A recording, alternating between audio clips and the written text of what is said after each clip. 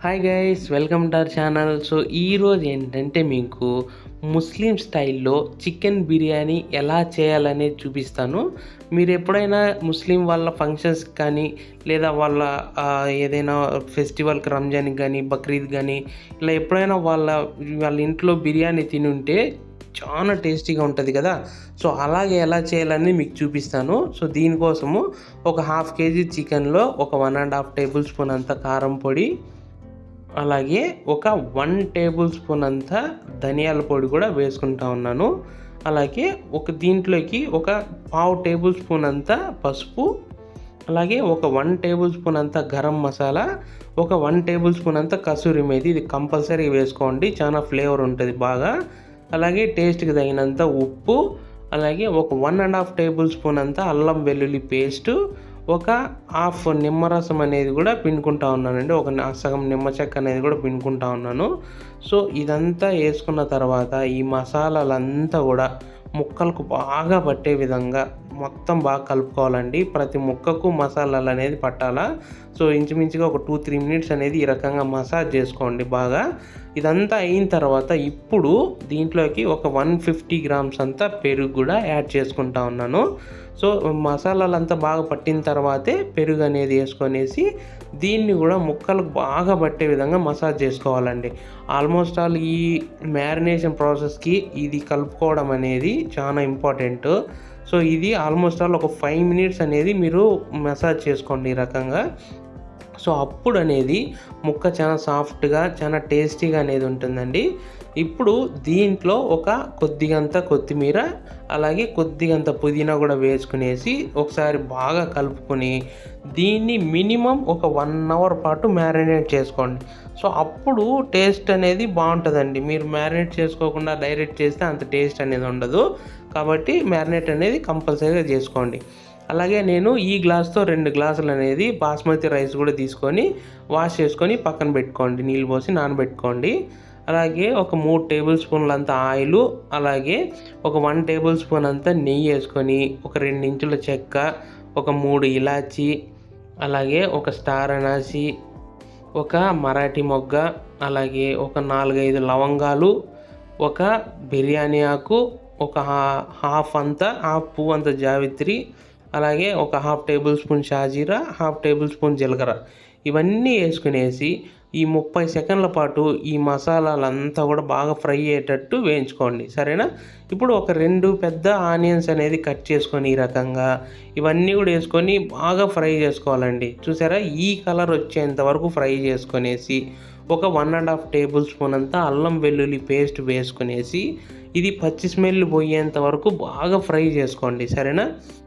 ఈ రకంగా ఫ్రై అయిన తర్వాత కొద్దిగంత కొత్తిమీర, కొద్దిగా పుదీనా వేసుకునేసి ఇది కూడా ఒక 30 సెకండ్ల పాటు ఫ్రై చేసుకున్న తరువాత ఒక పెద్ద సైజ్ అంత టమోటా కూడా కట్ చేసుకొని దీంట్లోకి వేసుకోవాలండి. ఈ టమోటాలు అనేది మెత్తగా అయ్యేంత వరకు ఫ్రై చేసుకుంటే సరిపోతుంది. కాబట్టి ఒకసారి కలుపుకొని ప్లేట్ అనేది మూసుకొనేసి ఒక 2 నిమిషాలు అనేది ఉడికించుకుంటే టమోటాలు అనేది మెత్తబడిపోతాయి, సరిపోతుందండి ఈ మాత్రం ఫ్రై అయితే. ఇప్పుడు ఇందులోకి ఒక 3 అయితే పచ్చిమిర్చి వేసుకుంటా ఉన్నాను. మీరైతే మీకు కారం తగినట్టుగా ఒక 4-5 అయితే వేసుకోండి, సరేనా. ఇప్పుడు ఇందులోకి ముందుగా మనం మ్యారినేట్ చేసుకున్న చికెన్ మొత్తం అంతా వేసుకునేసి ఆనియన్స్, మసాలాలు అంతా చికెన్కి బాగా పట్టేలాగా ఒకసారి బాగా కలుపుకొనేసి దీన్ని మనం హై ఫ్లేమ్లో బాగా ఫస్ట్ ఒక 2 నిమిషాలు అనేది బాగా ఉడికించుకోవాలండి, సరేనా. అలాగే మధ్యలో దీన్ని కలుపుకుంటూ ఉండాలండి, లేకపోతే మసాలాలు వేసాం కాబట్టి తొందరగా మాడికిపోతుంది. కాబట్టి మధ్యలో కలుపుకుంటూ మనం మ్యారినేట్ చేసుకున్న గిన్నె ఉంటుంది కదా, ఆ గిన్నెలో ఒక 50 ml అంత వాటర్ పోసుకొనేసి ఆ మసాలాలంతా కూడా ఇందులోకి అనేది వేసేసుకొని ఒకసారి బాగా కలుపుకొనేసి దీన్ని బాగా అనేది ఒక 5 to 10 ఒక దగ్గర ఒక 10 మినిట్స్ పడుతుందండి. మూత పెట్టుకొని మధ్యలో కలుపుకుంటూ ఒక 10 మినిట్స్ పాటు బాగా అంతా ఫ్రై అంతా బాగా చికెన్ ఉడికేంత వరకు బాగా ఉడికించుకోవాలి దీన్ని. ఇప్పుడు నేను ఈ గ్లాస్తో 2 గ్లాసులు బియ్యం అనేది తీసుకున్నాను కాబట్టి ఒక గ్లాసుకు 1.5 గ్లాస్ చొప్పున 2 గ్లాసులకు 3 గ్లాసులు వాటర్ అనేది పోసుకుంటా ఉన్నానండి. సరేనా? అది కూడా వేడి నీళ్ళు మాత్రమే పోసుకుంటా ఉన్నానండి. ఎందుకంటే చన్నీళ్ళు పోసుకున్నామంటే చికెన్ అనేది గట్టిగా అయిపోయి బాగుండదండి తినడానికి. కాబట్టి వేడి నీళ్ళు మాత్రమే పోసుకొనేసి ఒకసారి బాగా కలుపుకొని దీంట్లో ఇప్పుడు మనము ఏదైనా ఉప్పు కానీ ఏదైనా కూడా చూసుకోవాలి, అడ్జస్ట్ చేసుకోవాలంటే ఇప్పుడే చేసుకోవాలా. కాబట్టి దీంట్లో నేను ఒకసారి టేస్ట్ ఎలా ఉంది, ఉప్పు సరిపోయిందా లేదని టేస్ట్ చూసుకొనేసి దీంట్లో కొద్దిగా తక్కువ ఉంటే కొద్దిగా అంతా సాల్ట్ కూడా వేసుకొని దీన్ని బాగా అనేది ఉడికించుకోవాలండి, ప్లేట్ అనేది మూసుకొని. సరేనా? ఈ రకంగా బాగా ఉడికిన తర్వాత ఇందులోకి మనం ముందుగా నానబెట్టుకున్న రైస్ అనేది ఇందులోకి వేసుకునేసి ఒకసారి బాగా ఈ రకంగా కలుపుకునేసేయాలి. మొత్తం ముక్కలంతా కూడా రైస్లో బాగా మునిగేటట్టుగా ఈ రకంగా కలుపుకోవాలండి. దీన్ని ఇప్పుడు మీడియం ఫ్లేమ్లోనే ఉడికించుకోవాలండి రైస్ వేసిన తర్వాత. ఎందుకంటే తొందరగా వాటర్ అనేది ఆవిరైపోతాయి కాబట్టి ఈ రకంగా ప్లేట్ అనేది కొద్దిగా ఓపెన్ చేసుకునేసి ఈ రకంగా ఉడికించుకోవాలండి. ఇప్పుడు ఈ వాటర్ అనేది లెవెల్కి వచ్చేసాయి కదా, రైస్ లెవెల్కి. సో ఇప్పుడు దీన్ని కింద నుండి ఒకసారి చిన్నగా అనేది ఒకసారి కలుపుకోవాలండి. మరీ ఎక్కువ కలిపామంటే రైస్ అనేది విరిగిపోతుంది మొత్తం అంతా. కాబట్టి ఒకసారి ఊరిని అలా కలబెట్టుకున్న తర్వాత దీంట్లోకి ఒక 2 టేబుల్ స్పూన్లు అంతా నెయ్యి వేసుకునేసి, నెయ్యి అయితే కంపల్సరీ అండి, నెయ్యి లేకపోతే అసలు బిర్యానీ అనేది టేస్టే రాదు. కాబట్టి నెయ్యి వేసుకొని ఇలా ప్లేట్ మూసుకున్న తర్వాత లో ఫ్లేమ్లో ఒక 10 మినిట్స్ అనేది వదిలేసి ఒక 20 మినిట్స్ తర్వాత ఓపెన్ చేస్తే మన బిర్యానీ అనేది రెడీ అయిపోతుంది. చూశారు కదా ఎంత బాగా కనిపిస్తుందో, అసలు రైస్ కూడా ఎలా విచ్చుకుంది చూసారా పువ్వులాగా. చాలా టేస్టీగా ఉంటుంది. అసలు బిర్యానీ చూడండి ఎంత పొడి పొడిగా వచ్చిందో, చూశారు కదండి. అసలు ప్లేట్ ఓపెన్ చేస్తానే స్మెల్ అయితే అదిరిపోతుంది. అసలు ఇల్లంతా చుట్టుకునేసింది స్మెల్ అనేది, అంత టేస్టీగా అయితే వచ్చింది బిర్యానీ.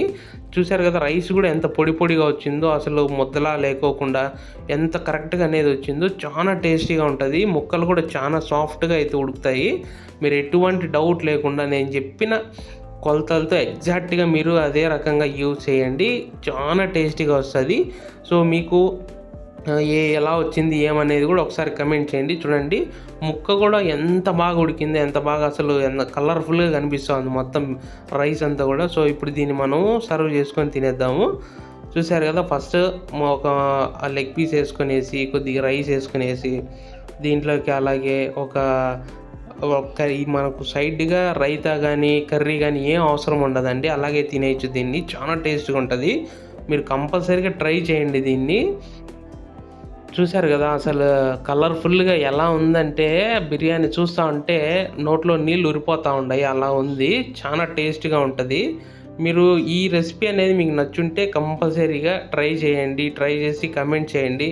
సో మీకు ఈ రెసిపీ నచ్చుంటే ఒకసారి సబ్స్క్రైబ్ చేసుకోండి, అలాగే లైక్ చేయండి.